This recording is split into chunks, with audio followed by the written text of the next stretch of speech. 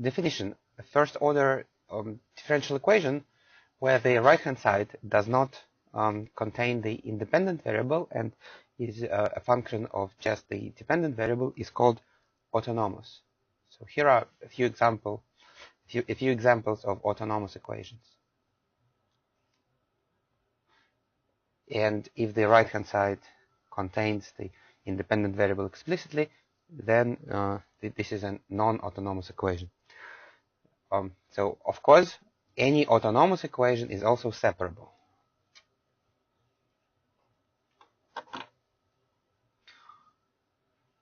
The important visual point about autonomous equation is that it can always be recognized by its direction field. In other words, by just looking at the direction field, you can always tell whether it comes from an autonomous equation or a non-autonomous differential equation.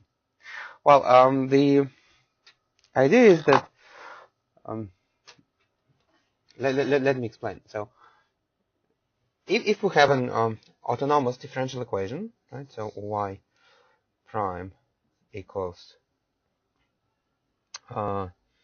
say f of y, and suppose we change t, right? So suppose that we change t to, I don't know, t plus some constant, say plus 2.5.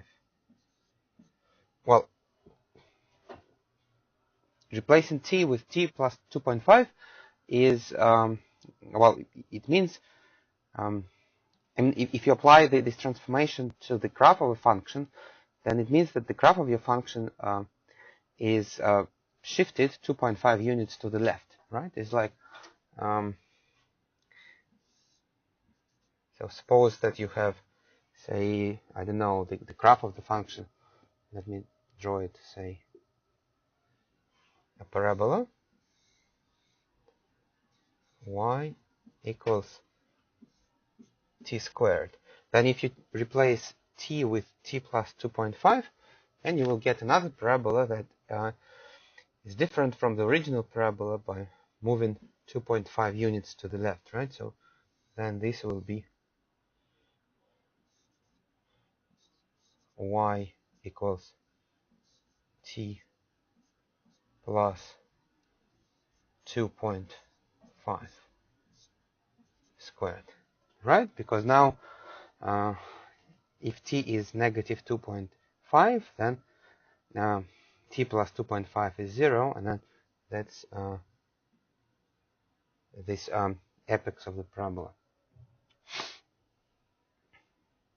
Well, so generally speaking, there is this transformation.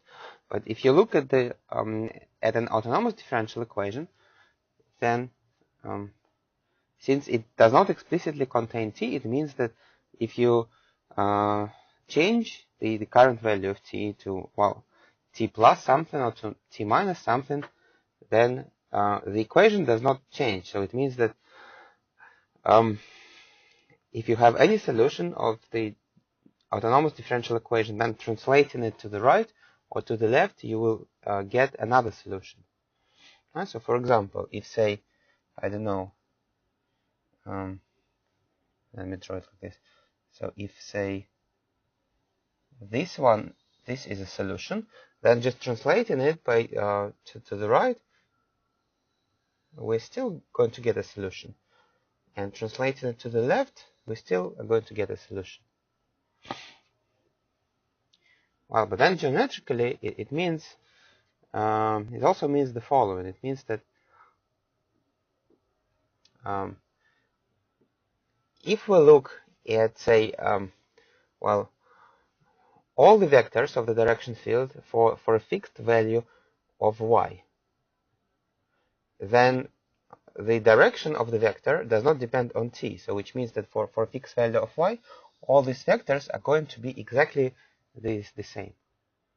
Or, for example, I don't know, all these vectors are going to be exactly the same, and so on. So if you trace vectors along any horizontal line, then they are all exactly the same. So if this property holds, then the differential the corresponding differential equation is autonomous. If this property does not hold, then the differential equation is not autonomous. So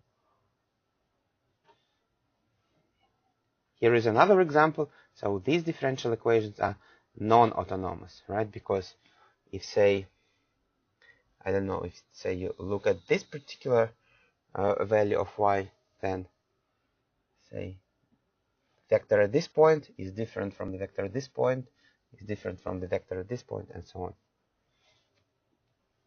And same thing here, right? So if you look at any kind of row of vectors, then they're different. So here it's almost horizontal, and here it's a bit steep. And so the angle is 45 degrees.